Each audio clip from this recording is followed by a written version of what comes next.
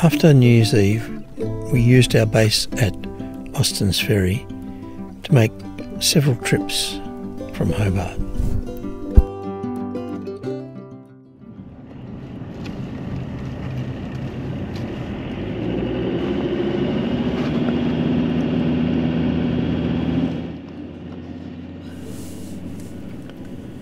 Hobart has some iconic attractions which we just couldn't miss out on. Mount Wellington lies directly behind Hobart and is the city's dominant feature at nearly 1,300 metres, squeezing the city between its steep slopes and the shores of the Derwent River. The view of Hobart from the top of Mount Wellington is worth the steep and windy trip.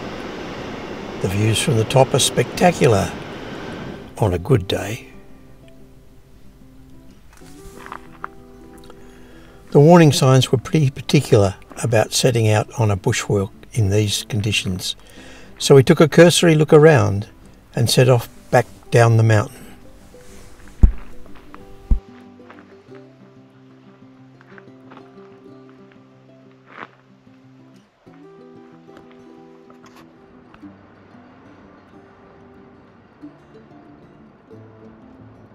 Once below the cloud level, the views of Hobart, even if a little grey, were very enjoyable.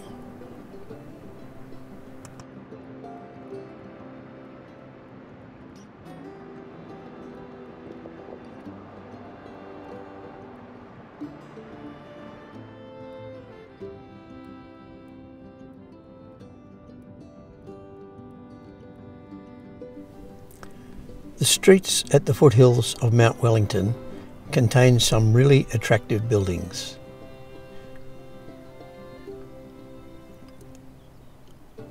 Some are built to classical styles, transported to Australia from the UK. Not sure how practical they are in an Australian summer, but perhaps it's not as important as feeling like you're coming home to a little piece of the old country every night.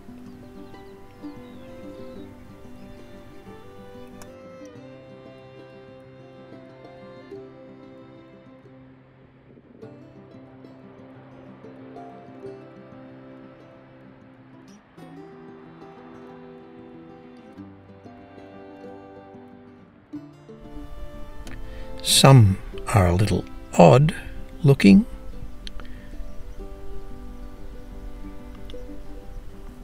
and some are just plain post-war ugly.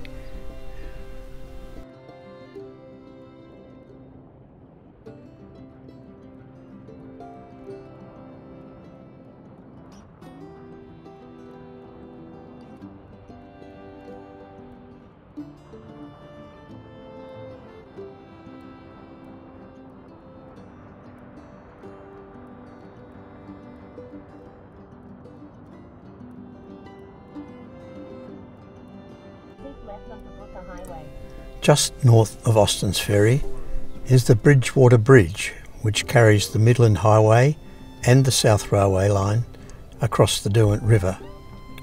It's one of the last lifting bridges left in the world, and certainly the largest one left in Australia. The causeway leading up to the bridge is much older, having been built by convicts in the 1830s, with the 2 million tonnes of soil, stone and clay used to construct it, with using nothing more than wheelbarrows, picks and shovels and muscle power.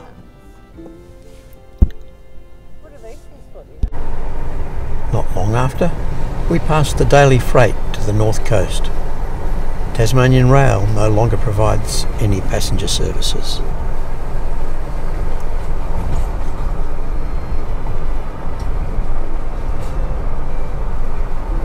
I haven't been here before. Yeah. The town of Richmond is one of the oldest settlements outside Hobart. Most of these old sandstone buildings built by the convicts. It's pretty old town. It has the oldest bridge in Australia. Also has the oldest Anglican church and the oldest Catholic church in Australia.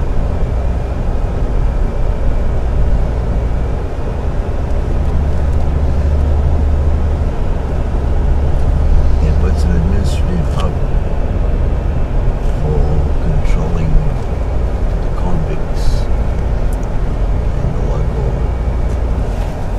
farmers.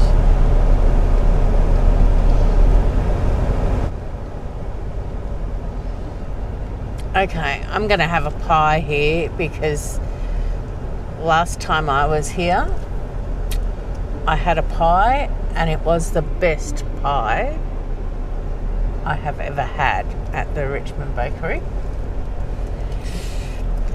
Hugely better than Parker pies, although I really like a good gum tree pie, so it's going to be interesting to see whether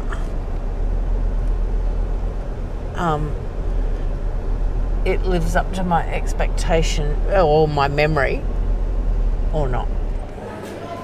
Sitting in the sun here at the bakery, but on a day when tourists were flooding Richmond town, the pies didn't quite live up to past expectations.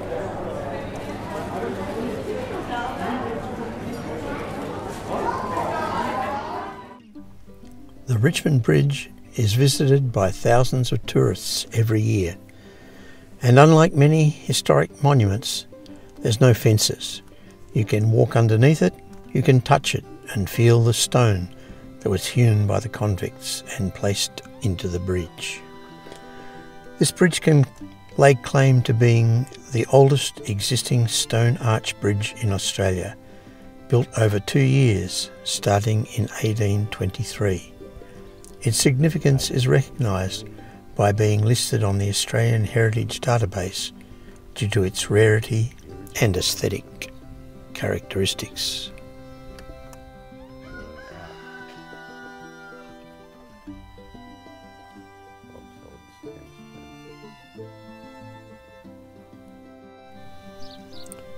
Of course, no visit to a historical town is worth its salt without a visit to the graveyard.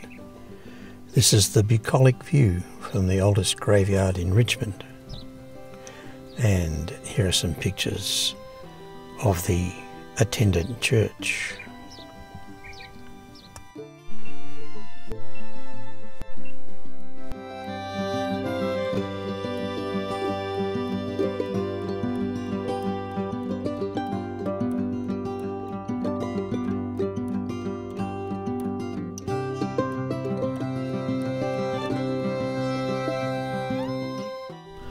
Finally, it's time to leave Hobart. Watch for our next video when we visit an old school friend of mine whom I haven't seen for more than 50 years, and then we go on to visit the Tasman Peninsula. If you like this video, please push the like button below, and if you want to subscribe to our channel, you can do that as well. Thank you.